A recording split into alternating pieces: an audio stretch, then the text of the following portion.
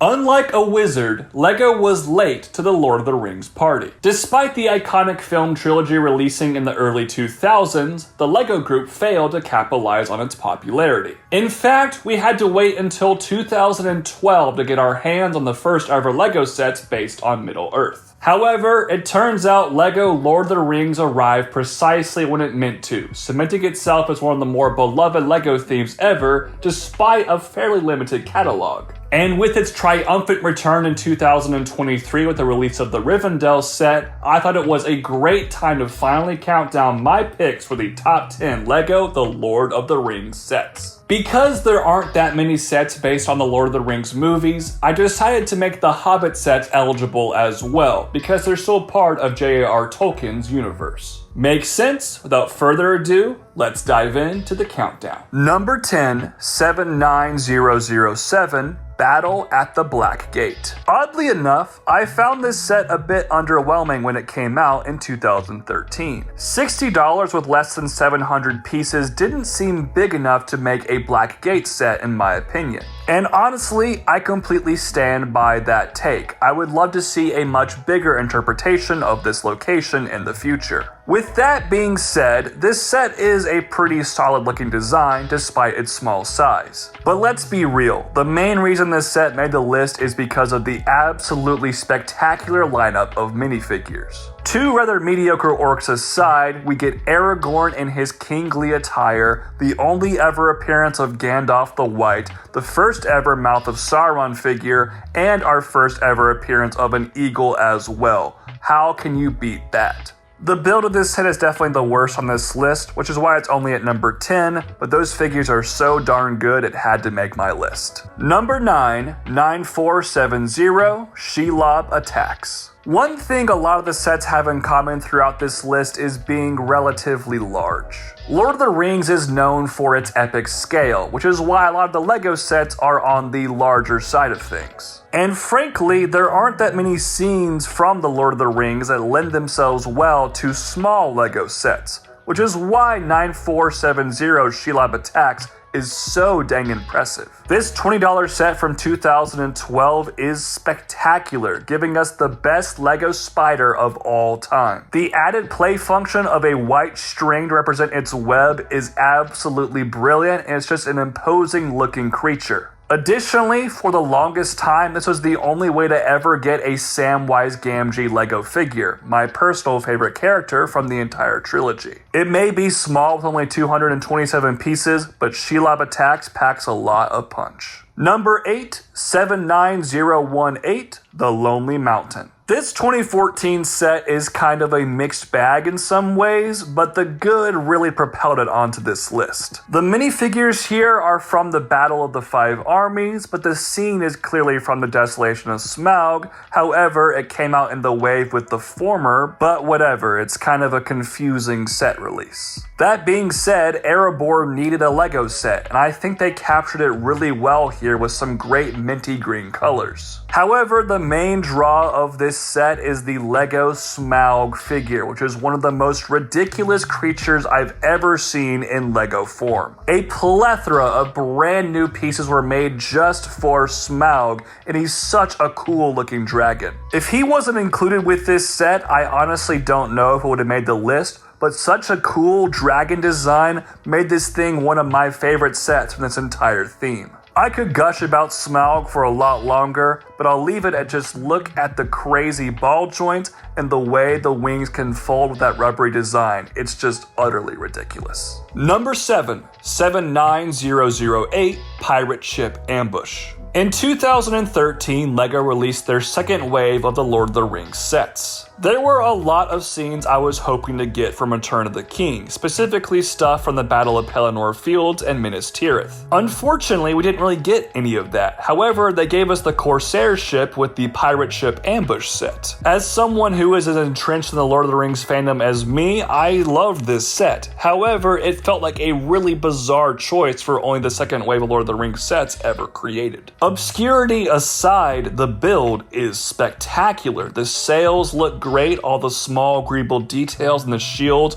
are wonderful, and we cannot forget the figures of the dead. Those are some of my favorite LOTR figures they've ever made. A surprising set for sure, but a welcome one. This thing bangs. Number 6, 9473, the Mindes of Moria. This set has a cave troll. I could honestly end my segment on it there. It's such a great looking big fig. However, the rest of this diorama-esque set is spectacular. I love all the designs and the Easter eggs and the play functions, which are actually really accurate to the movie. Additionally, this set had a spectacular lineup of minifigures, highlighted by the first ever appearance of Pippin and of course Boromir. Number 5, 79003, An Unexpected Gathering. By far the best set based on the Hobbit trilogy, An Unexpected Gathering from 2012 is a beautiful LEGO model. When the first wave of Lord of the Rings sets came out in 2012, I was a little bit let down a Hobbit haul was not part of the collection. Luckily, LEGO was way ahead of us, giving us Bag End as part of the Unexpected Journey release in December later that year. This $70 652-piece set is so vibrant and green, it just pops on a shelf. The architecture of a Hobbit hole is a strange thing to figure out in LEGO form, and I think they absolutely nailed it. Sure, maybe I wish this was based on the Lord of the Rings movies. I greatly preferred those to the Hobbit trilogy,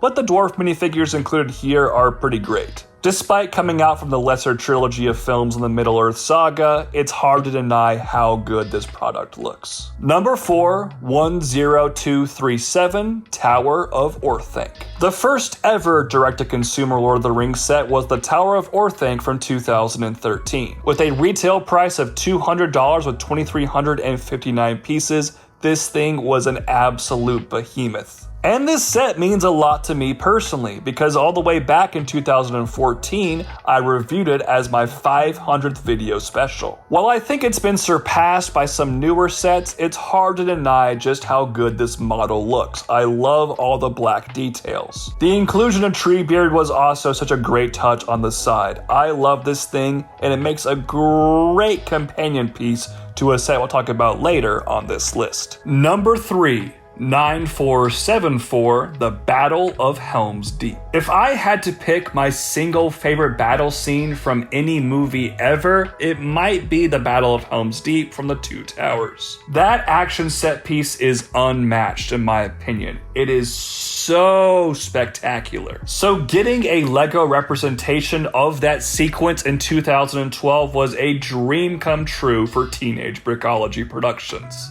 One of the best parts is it was kind of affordable. I mean, $130 is nothing to scoff at. However, it wasn't absolutely massive that I couldn't actually purchase it. I remember saving up for weeks to get this thing, and it was worth the wait. The set is beautiful to behold. The Uruk-hai army figures, all the awesome play functions. This thing is a beautiful set, and I hope LEGO at some point remakes it in a bigger and more bold fashion. But for now, it still is number 3 on my countdown. Number 2, 10316, Rivendell. I bet a lot of you are kind of surprised this didn't end up at number 1 on my countdown. Honestly, if you think this is the best LEGO Lord of the Rings set ever made, I don't blame you in the slightest. This might be the most aesthetically pleasing LEGO product of all time. The colors are just gorgeous. The architecture on display here is out of this world. The build techniques are insane.